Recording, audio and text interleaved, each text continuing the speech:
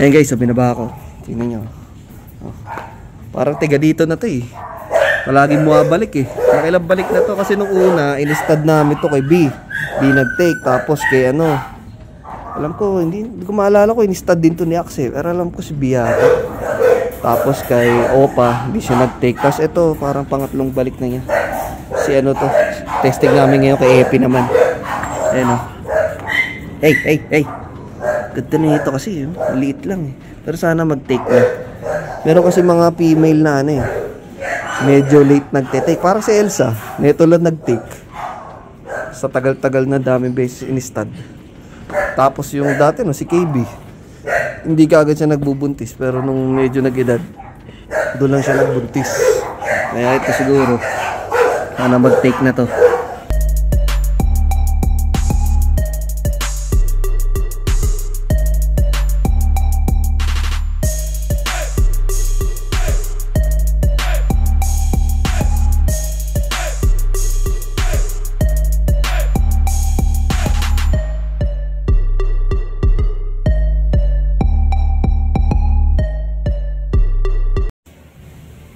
Ayun guys, mag-deworm na kami ng mga puppy. Oh.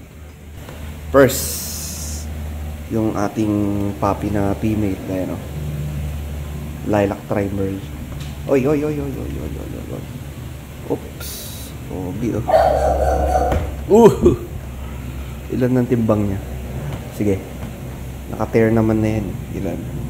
1.3. 1 kilo may git na pala siya. Ay, oh, another Merle, oh. Sa pang female na Merle. Ito, mas mabigat to. Oh, nasa 1.4 siya. Female. Ganda naman pagka-Merle na ito. Okay guys, ito naman isa. Female din to. White head. Tapos yung likod niya, lilac. Pero hindi ko alam kung may lalabas pa na Merle. Depende, tingnan natin kung magbago pa. Pero ngayon, ayan ang kulay niya sa ngayon. Lilac Pied Merle. Ay, Lilac Pied lang pala. Wala pang Merle, di pa nalabas yung pagka-Merle. Pero carrier yan. Uy! Tumawag na naman, tingin lagay muli. Tingnan natin kung ilang timbang na ito. Okay, 1.3 din. 1.3. Okay, ito, last female. Sa mga babae, siya nga yung pinakamaganda yung structure. Pinakamalaki yung ulo. Pinakamakapal. Tapos ang kulay niya ngayon, lupon. Para kakulay siya ni Emily. Pero, yan guys, ano yan, carrier na rin na lilac yan. Ayun, laki ng ulo. No. May-ari na nito. Kaya ano to? Bali, pick na may-ari kay Astrox. Ito yung napili niya. Kukunin niya tong female na to. Si Brother J. Pineda. Kukunin niya tong female na to. Gusto niya kasi, structure talaga. Hindi siya mahilig sa kulay. Basta ito makapal, malaki ulo, mabuto. Ayan, ito yung napili niya. Tingnan yung timbang, oh. Di ba yung mga kapatid niya, 1.3, 1.4 siya, 1.5 megit, oh. Almost 1.6 na rin. Siya yung pinakamabigat, eh. Ayos. Alright guys, male naman tayo. Ito yung blue try, oh. Oh, si Biscuit Oliva. Yung mukha, oh. Pogi, no? Magaan lang siya kasi pinakamaliit siya, oh.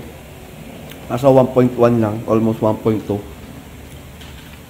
By the way guys, ito pala, ang pagbigay namin itong dewormer na to, Microzol, 1 ml per 1 kilo. Tapos nagpapasobra lang kami konti. Halimbawa, ito 1.2 siya. Binibigyan namin ng 1.5 to. Kasi may mga natatapon sa mga pagpapainom sa kanila kasi hindi mo nila ininom lahat. Yung iba naluluwa nila. Kaya nagpapasobra kami. Okay guys, ito isa pang male. Siya yung all white. Wala pa siyang ibang marking. Talagang all white siya. Oh. Ito lang pala marking niya yan. Sa may kilay niya. Iisa lang. Isa lang yung kilay niya. Yung kabila wala. Ano, parang lilac na may pagka-merle na dot eh.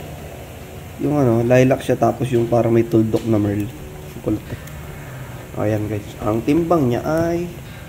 Ang timbang mo. Nasa 1.2 may git din. 1.2. Ayan. More or less 1.2. Yan ang all white. Ito naman, full tail. Ayan. Okay. Yun guys, ito. Ito ang male na matindi. Siya pala si si Pickle. Oh, yeah, pogi. Siya si Pickle guys. Ito, baka iwan natin to rito. Siya ang ating pick. Gagawin nating stud. Merl. Pied Merl. Na try. Pickle. Pangalan niya si Pickle. Buhatin mo nga siya, Mac. Yung pakaganyan. Video natin yan si Pickle. Likot dun kasi. Si Pickle guys. Pickle. Yan natin yung gilid ng face niya. Para si Astrox. Makulit din, no? Oh. Hyper din, no? Oh. Para si Astrox pala ito, eh. Oh. Kulit ng mata niya, two-face. Ano yung mukha niya? Two-face. Oh. Tapos yung likod niya, ayan, oh. Merl. Ni Merl Pied. Oh. Ayos to. Iyan namin muna siya. Timbangin na natin. Sige. Okay. Ilang timbang yan? Siya ay nasa 1.5. Bigat-bigat din. Walang 1.5 tong si Pickle.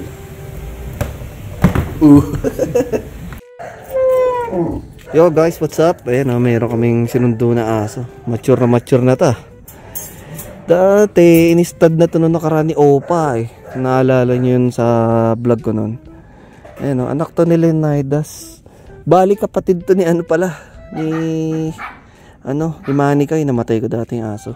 Ito yung first pick, eh. Late lang yan. Baba namin. Haba ng kuko. Putulan na rin namin ng kuko.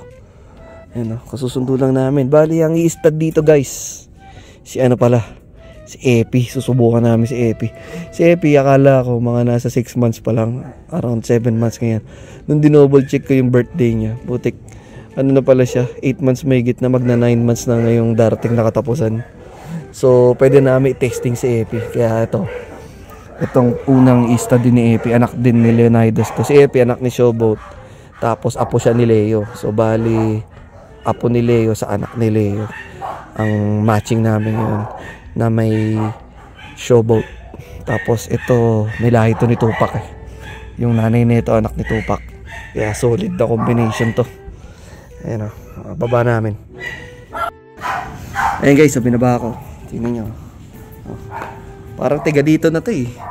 Palaging bumabalik, eh. Nakilang balik na to kasi nung una inistad namin to kay B nag-take. Tapos kay alam ko, hindi ko maalala ko inistad din to ni Axe, pero alam ko si B yata. Tapos kay Opa hindi siya nag-take. Tapos ito parang pangatlong balik na niya. Si to, testing namin ngayon kay Epi naman. Ayan, Hey. Ganda na ito kasi, liit lang, eh. Pero sana mag-take na. Meron kasi mga female na medyo late nagte-take. Parang si Elsa, neto lang nag-take. Sa tagal-tagal na daming beses inistad. Tapos yung dati, si KB, hindi kaagad siya nagbubuntis. Pero nung medyo nag-edad, doon lang siya nagbuntis. Kaya ito siguro, sana mag-take na to. Hey. Oh, ganda.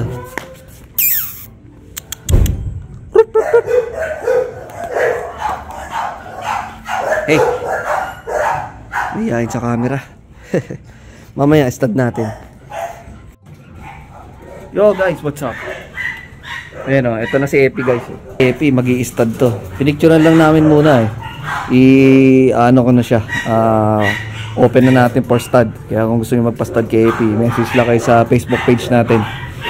Ipopost ko na to dun sa Facebook page na ready na siya. Pwede na nating testingin niya si Epi. Ayan, tingnan naman, short and compact. Sinang katawan. Lapado. Parang gasol. Ano pa lang to? Magna 9 months pa lang. Pero pwede na natin testingin yan. Ayan, si Epi. Exotic talaga yan. Yan ang dugong, yan ang sa magkakapatid, sa mga kapatid niya, siya yung pinakakamukha ni Bape. Ayan, Bape blood yan.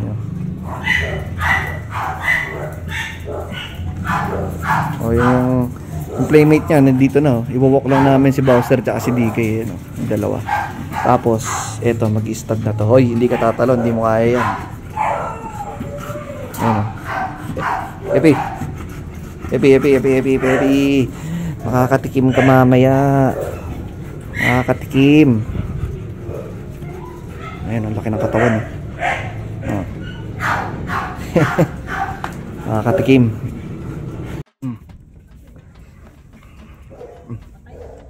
What's up guys? Di-deliver kami papi. Ayan o. Mapupunta natin sa may Paranaque. Ayan o. Shoutout kay brother JB. Ayan o. Si Cherry. Tapos may dala rin kaming cage yun o. Yung Primo Pets. Primo Pets. Stainless cage small para dyan kay Cherry. Nagpasabay na. Nagpabili na ng ano, kulungan din. Tapos ang maganda dyan, ito yung stainless na ano. Yung katulad ng ginagamit din namin. Yun nandito sa harap. Yung stainless na adjust. Ito yung ganun. Ayan, sama yan.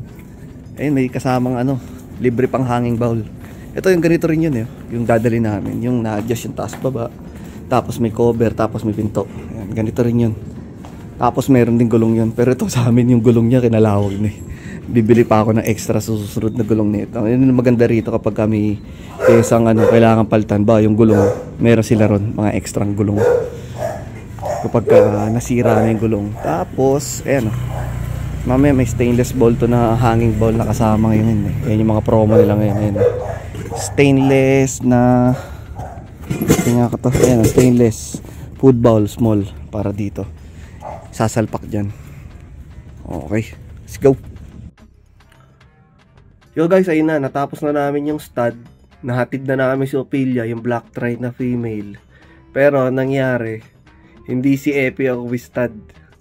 Ito talagang plano kasi dapat si ano talagang stud si Epi ng ano. Sabi ko doon sa may-ari, testingin namin si Epi, siya na muna.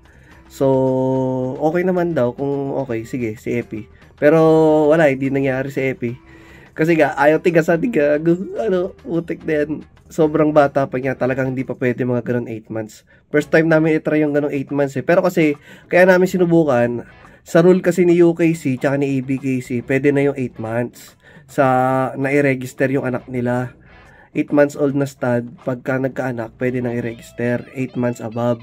Pero ayun nga, 8 months mahigit siya, magna 9 months na rin siya. Kaso nga ayaw magtigasan. Hindi na namin pinilit. So, ang gagawin na lang namin siguro mga after next month or next month, siguro paabutin ko na lang siguro at least 10 months above siya. Tsaka na lang namin siya gagamitin. Testing ulit kung titigasan na. Ngayon na nangyari, ang umistad na lang muna si Leonidas. Ginawa namin 2 times Leo para siguradong mag-take na. Kasi pang-apat na stud na pala nito ni Ophelia. Kasi yung unang-una yata kay Axe. Pangalawa niya kay B. Hindi siya pares nag-take. Tapos pangatlo niya yung kay Opa, tinesting namin. Hindi rin nag-take. So, ngayon, para sigurado, si Leonidas na babanat. Para siguradong take si Leonidas na pala yung bumanat. Kasi tapos na. Para siguradong take kay Leo. Ayun guys, hanggang dito na lang ha. Shoutout na lang muna sa mga homies na rin. No? Big shoutout kay brother J-Kids Bullies from Abulog, Cagayan. Ayun guys, hanggang dito na lang ha. Abangan nyo yung mga susunod nating videos. Magpapakain tayo ng mga tuta natin. Ito yung mga bagong deworm. Kakain na yung mga yan. Tapos yung mga adult natin, mag-update tayo kung paano natin sila pakainin. Tapos ito, meron tayong mga attendant ng mga dog show sa international show, tapos malulupit na dog show. Alright guys, peace, like and subscribe.